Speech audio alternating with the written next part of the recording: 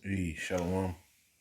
First off, I want to start by saying all praises, honor, and glory is due unto Yahweh, by Hashem Yahweh Shai, by Hashem Rakakadash. That's all praises to the world calls God, whose true name in Hebrew is Yahweh for the Heavenly Father, and Yahweh Shai for his beloved Son.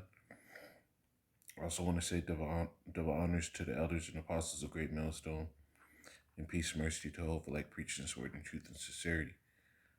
I'm the brother Tazabah in the Great Millstone, Arizona Camp, Lord will, with another video to edify. I wanted to go into this article. It says food prices about to soar. It says that worldwide shortage of nitrogen fertilizer used to boost crop yields may affect next year's food prices. And another thing that affects it, a lot of people don't know. And I like going into little things like that. Have my little time where I was growing a little bit of stuff here and there. When you have less than normal cold winters, what happens is the cold helps to solidify the nitrogen in the soil for a slower release. Right, so if you have a warm winter, that can kill the amount of nitrogen in the soil, and all over the globe, they've been having warmer winters. Like right now in Arizona, right, this is the latest in the year it's ever been to where it still hasn't even gotten down to like 65 degrees, 70 degrees in the daytime. Right? It's still been at like 80, 85 degrees in the daytime. Right? So what's that going to do with crops? Right? And right now we're also in a La Nina, which is basically I think it's called an area of low pressure, to where you have a warmer weather, right? Which is determined by the sun. And the scriptures talk about there should be signs in the sun above, right? The farmers were gonna fear for constellation, right? The whole La Nina and La Nias, and right, this stuff is going all into the prophecy, right? So it says global prices of nitrogen fertilizer are at their highest levels in over a decade. The crop nutrient sales amounted to 53 billion last year. Price Prices are at least 80% higher so far this year, according to Argus Media. Now let's get that 53 billion. Let's see what 80% of that is, right? It's my calculator. And I like to do this because a lot of people don't put this into perspective, right? Let's see.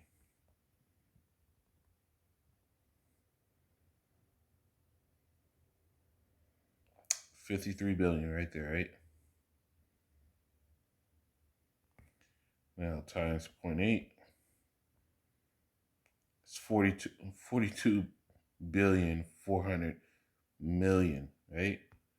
Now you can add that to the 53 billion.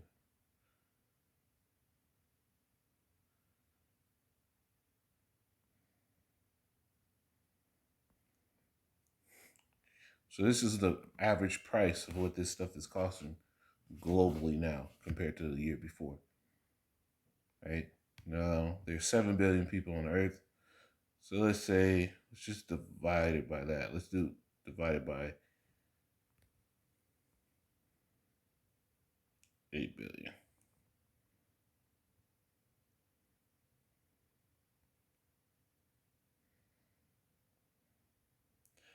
So you're looking at a 12% increase on how much it's going to cost on average per person. Right? Mind you, not everybody eats the same diet, but when you add this 12% increase on everything for the average person, you got to think about how much is going to affect the price of beef, which is already extremely expensive to produce, how much is going to affect the price of just regular produce for you to get, which is already extremely hard to produce. Hey, this is serious, man. It says nitrogen-based fertilizers are obtained from natural gas. The higher cost for the fuel have have caused producers to slash output during the nutrients price upward. So this is what they're willing to slash how much they're actually going to put out there. Farmers use nitrogen to increase production of corn, canola, wheat, and other crops, applying it before the planting season. But a certain price, but at current prices, farmers in North America have had to delay its purchase, which could result in a rush buying next spring and leave many without the commodity, according to Darren Koppak, um, U.S. Agriculture Retailers announce Association CEO. So they're already in the mindset of we're gonna just produce less, right? We're gonna reproduce less because what things are getting tight, right? Now, I wanted to get this. Let me get this actually. Spirit has hit me for this. It's in the Book of Revelation. It's in Apocrypha.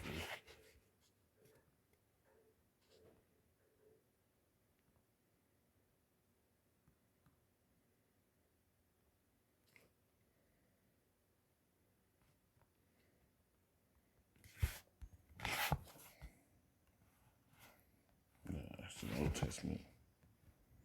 Isaiah 5 and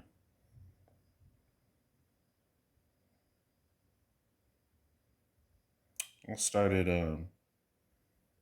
It says, "Woe to them that join house to house, that lay field to field, till there be no place that they may be placed alone in the midst of the earth." And this is what Esau Edom has done. This is why you have to rely on huge ass farms to produce all the food for everybody. Right? It used to be a common thing for a person to have their own home garden to where they were able to, produce up to like 60% of what they needed throughout the year. So in Esau made that illegal in a lot of places, illegal majority throughout the states, right? And what did he do? He bought up all the farmland. He made all these metropolises in these cities to where he bunched everybody into each other. I remember when I was a kid, there used to be no apartments above 2 stories. And now here it is, you have apartment complex going up with 4 or 5 stories. And this is in Arizona, bro. There's so much space out west, right? It says, in my ears said Yahweh host of a truth, many houses shall be desolate, even great and fair without inhabitant. And this is gonna happen now. Right? There's gonna be a whole lot of foreclosures, a whole lot of people that can't afford this stuff, right? People are gonna be moving from place to place because they're gonna start following where the goods are. It says, yeah, 10 acres of a vineyard shall yield 1 bath, and a seed of a homer shall yield an ephod. You see, going into the loss of production, man. Right? 10 acres only yielding 1 bath. You know how big an acre is, right? This is going into the years of dwindling production, man. And we're there. We're there. And in the time of these things, prices are going to skyrocket, right? So Revelation 6, you get this, Revelation 6 and 6, right? And the Apostle Tahar recently pulled this out. And man, it is clutch. It's clutch. Now, let me pull it up in the blue there. So Revelation 6 and 6.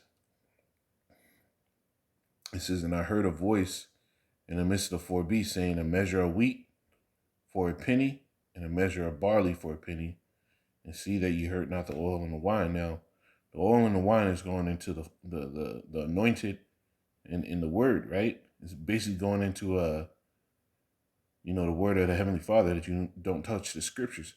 But it says a measure of wheat for a penny and a measure of barley for a penny, right? And what is the wheat and barley? It's basically a staple crop. Now, when you go into that penny, right? The penny goes into what? A denarian, right? Strong's G 1220. Denarian. Denarian. And it says a Roman silver coin in New Testament time. It took its name from being equal to 10 asses. Now, and I don't know about that, and the apostle doesn't know about it either. I gotta try to look that up and see more about it. But it says it was a principal silver coin of the Roman Empire. From the parable of the laborers in the vineyard, it would seem the denarius was the ordinary pay for a day's wage, right? So a day's labor is what's gonna cost for you to just get a measure of barley and a measure of wheat, an entire day's labor, meaning it's going to take a lot more of your money just for you to even get a little bit to eat. Because hyperinflation is here. When you have everything costing more to make, the price it's gonna somebody's gonna pay it, right? Somebody's gonna pay it, and this is nothing new, right? You go back into the Old Testament. Let me get this.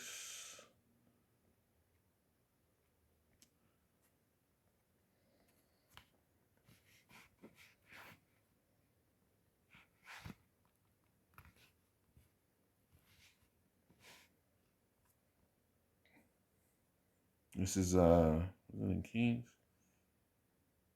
Yeah, Second Kings 6 and started I started 25. It says, and there was a great famine in Samaria, and behold, they besieged it until an ass's head was sold for 80 pieces of silver, and 80, and it says in the fourth part of a cab done, of a calf's done. Now I want to get these in a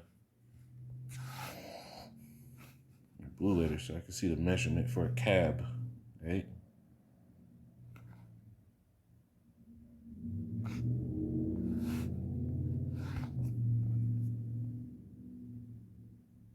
Right? Let's get that.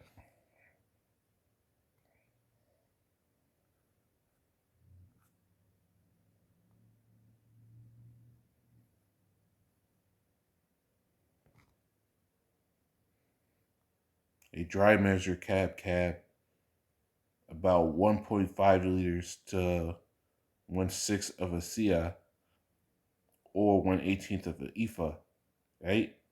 So a liter and a half, right? Almost a 2 liter you would pay how much for dung, for shit, mind you. It says, and there was a famine in Samaria, and behold, they besieged it until an ass's head, which you're not supposed to eat an ass. That's how hard the times was sold for 80 pieces of silver. 80, that means 80 pieces, right? A score is 20. It says in the fourth part, right? The fourth part of a cab. So not even a full liter and a half, a fourth part of a cab of dove's dung, doo doo, for 5 pieces of silver, right? This is how bad it gets. That hyperinflation is going to hit. And when it does, people are going to lose their minds, man. The fact that they've worked so long and they can't afford anything, right? These people are going to lose their mind. And this is why it says they should be invading.